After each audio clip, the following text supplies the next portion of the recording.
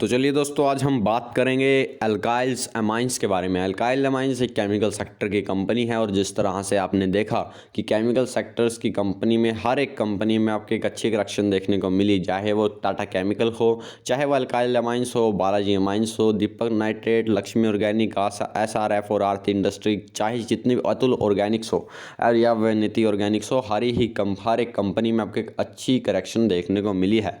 मुझे ऐसा लगता है कि आपको इस करेक्शन को थोड़ा ब्लेम नहीं करना चाहिए, बिल्कुल भी। मैं तो कहता हूँ इस करेक्शन को आपको बिल्कुल भी ब्लेम करना ही नहीं चाहिए, क्योंकि पिछले 2.5 सालों में आपने देखा कि कितनी शानदार, कितनी बेहतरीन ग्रोथ, कितनी बेहतरीन रिटर्न इन केमिकल सेक्टर की कंपनीज ने आपको बनाकर दिए हैं। कितने अच्छे रिटर्न इन केमिकल सेक्टर कंपनी ने आपको बनाकर दिए हैं। आज हम बात करेंगे अल्काइल अमाइंस के बारे में। अल्काइल अमाइंस में आज आपको लगभग 2% के आसपास की गिरावट देखने को मिली है।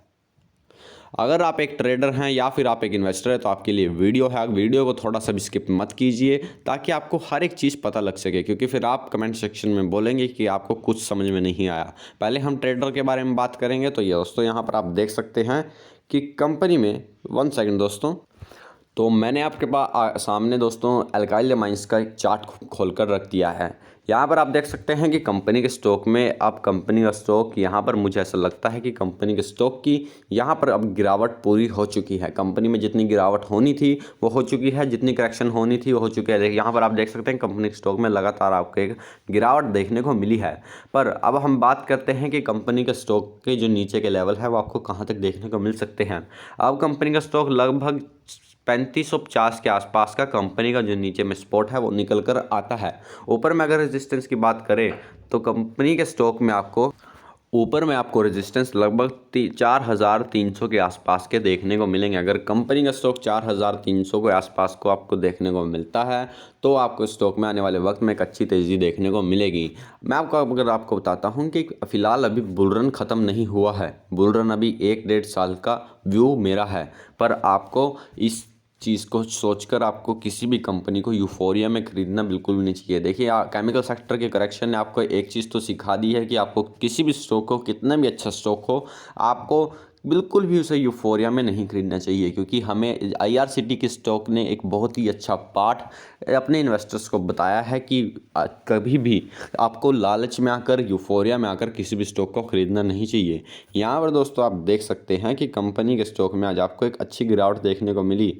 और अगर आप यहाँ पर देखें तो कंपनी के स्टॉक में आपको कुछ कई दिनों से एक गिरावट देखने को मिल रही थी। यहाँ पर मैंने 3 महीने का चार्ट खोल दिया है, तो 3 महीने से आपको स्टॉक में एक अच्छी गिरावट देखने को मिल रही है और लगातार गिरावट देखने को मिल रही है। अगर आप एक लॉन्ग टर्म इन्वेस्टर हैं और आपने स्टॉक ऊपर के स्तर पर खरीदा है तो मुझे ऐसा लगता है आपको निकलने का मौका बिल्कुल मिलेगा। पर अगर आपको इस स्टॉक में, अगर आपको लगता है कि मैंने ऊपर के स्तर पर खरीद कर कोई गलती नहीं किया, तो आपको कोई घबराने की आवश्यकता नहीं है। अगर आपने 10 साल के पॉइंट ऑफ व्यू से स्टॉक में इन्वेस्ट किया है तो आपको घबराने की बिल्कुल भी आवश्यकता नहीं है। क्योंकि कंपनी के जो केमिकल सेक्टर है, केमिकल सेक्टर में आने वाले वक्त में एक अच्छी ब्राइटनेस हमें देखने को मिल सकती है। अच्छी तेज़ी आपको इन स्टॉक में यहाँ से भी और देखने को मिल सकती है। हाँ, थोड़ा बहुत करेक्शन या थोड़ी बहुत टाइम करेक्शन या थोड़ा बहुत टाइम कंसोलिडेशन इन स्टॉक्स में आपको देखने को मिल सकता है। पर अगर आप किसी भी स्टॉक में 3 से 5 साल के लिए इन्वेस्ट करते हैं तो उस स्टॉक में आपको कितना महंगा वो स्टॉक है या कितना सस्ता वो स्टॉक मुझे मिल रहा है, इन चीज़ों पर बहुत अच्छे तरीके से ध्यान देना चाहिए।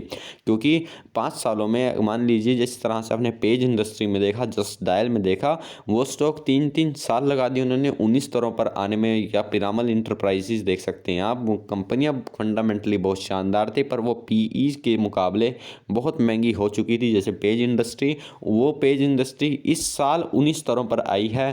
पर देखिए, अगर किसी ने भी 10 साल का पॉइंट ऑफ व्यू रखा था तो उसके पास अभी 7 साल हैं अच्छे रिटर्न कमाने के लिए। इसीलिए अल्काइल माइंस में भी आपको यही स्ट्रेटजी अपनानी है अगर आप एक लॉन्ग टर्म इन्वेस्टर हैं। पर अगर आप एक ट्रेडर हैं तो आपको अपने स्टॉप लॉस और अपने जो आपके ट्रिगर हैं, आपके जो ऊपरी रेजिस्टेंस है, उन्हें अच्छी तरह से ट्रिगर करना चाहिए। पर अगर आप एक लॉन्ग टर्म इन्वेस्टर हैं तो आपको इन छोटी मोटी गिरावटों से बिल्कुल भी घबराना नहीं चाहिए। देखिए, लॉन्ग टर्म इन्वेस्टर्स असल में हैं कौन? जो हर गिरावट पर अपने फेवरेट स्टॉक को खरीदते हैं, क्योंकि उन्हें पता है कि आने वाले वक्त में ये स्टॉक आने वाले वक्त में एक अच्छी तेज़ी दिखा सकते हैं। क्योंकि लॉन्ग टर्म इन्वेस्टर को हमेशा पता रहता है कि ये कंपनी आने वाले वक्त में अच्छा करेगी, और अगर वो उनका मन पसंदीदा स्टॉक कभी भी फॉल देता है तो उन्हें पता है कि इस स्टॉक को यही सही समय है आने वाले वक्त के लिए अच्छे रिटर्न अगर उसे कमाने हैं तो आने वाले वक्त में उसे हर गिरावट पर इस स्टॉक को खरीदना चाहिए। अगर आपको अल्काइल एमाइन्स का स्टॉक 4-4.5 हज़ार के आसपास सस्ता लग रहा था, तो अब तो ये स्टॉक लगभग 900 रुपये के आसपास गिर चुका है अपने 52 वीक हाई से।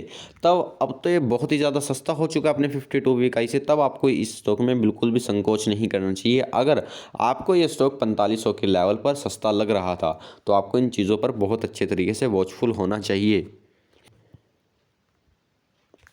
फंडामेंटली अल्काइन एमाइन्स बहुत ही शानदार कंपनी है। देखिए मार्केट में फ़िलहाल करेक्शन का मोड जारी है और मुझे ऐसा लगता है कि मार्केट ने फ़िलहाल अपना बॉटम बना लिया है। आने वाले वक्त में आपको अच्छी तेज़ी इन स्टॉक्स में देखने को मिल सकती है, क्योंकि अल्काइल एमाइन्स जैसी फंडामेंटली कितनी भी स्ट्रॉन्ग कंपनी हो, वैल्यूएशन मैटर करती है। पर अगर आपने किसी भी स्टॉक में लॉन्ग टर्म इन्वेस्टिंग होल्ड कर रखा है तो आपको घबराने की आवश्यकता नहीं है।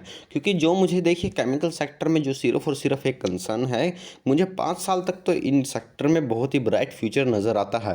पर मुझे ऐसा लगता है कि अगर 5 साल के बाद जिस तरह से चाइना में पोल्यूशन के कारण उनकी सरकार ने एक रेगुलेटरी जारी की थी कि उनके पोल्यूशन कम करना है, उन्हें कई रेगुलेटरीज जारी की थी, इसीलिए आपको इंडिया के केमिकल सेक्टर में तेज़ी देखने को मिली। पर अगर वही पोल्यूशन इंडिया में हो, क्या आपको नहीं लगेगा कि कंपनी जो सरकार है वो केमिकल सेक्टर की कंपनीज पर बैन लगाएगी, कई चीज़ों पर बैन लगाएगी या कई चीज़ों पर रेगुलेटरी लाएगी? वहाँ पर आपको इन सारी कंपनीज में एक अच्छी गिरावट देखने को मिलेगी।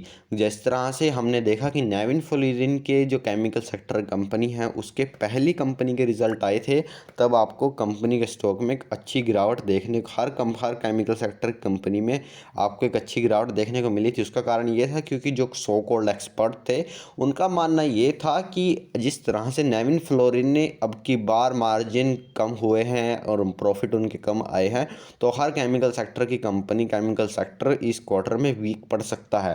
इसलिए आपको इन चीज़ों पर बहुत ही अच्छे तरीके से, बहुत ही केयरफुली इन चीज़ों पर ध्यान देना चाहिए। अगर आप एक लॉन्ग टर्म इन्वेस्टर हैं तो लॉन्ग टर्म के लिए आप इन स्टॉक को होल्ड पर रख सकते हैं, क्योंकि लॉन्ग टर्म में ये जो देखिए लॉन्ग टर्म इन्वेस्टर असल में है कौन?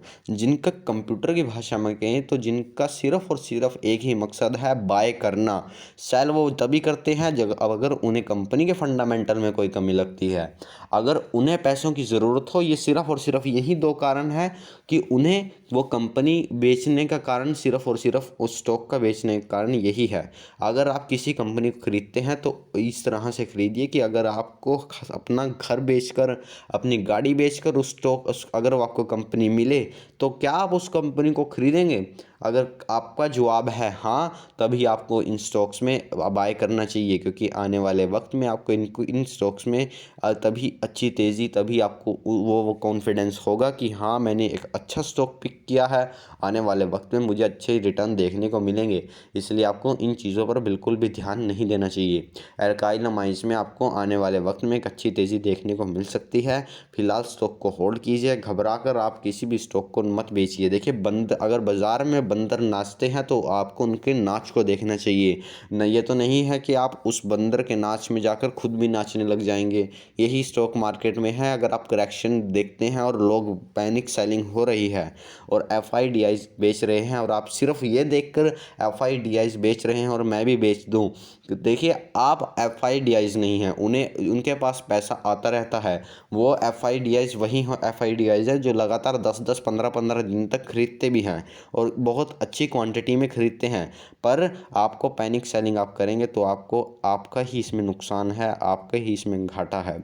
आपके रिटर्न को आपको ही सेव करना पड़ेगा, कोई भी आपके रिटर्न को सेव नहीं कर पाएगा। सिर्फ और सिर्फ you are the only reason for your profit and for your loss in the stock market. अगर आपको जल्द ही फाइनेंशियल फ्रीडम प्राप्त करनी है तो अच्छी फंडामेंटल कंपनी चुनिए, अच्छे वैल्यूएशन पर लीजिए और सिट टाइट। जैसे मोतीलाल ओसवाल का एक डायलॉग स्टॉक है seat tight bye right seat tight, तो इसलिए आपको अल्काइल अमाइंस एक फंडामेंटली अच्छी कंपनी है।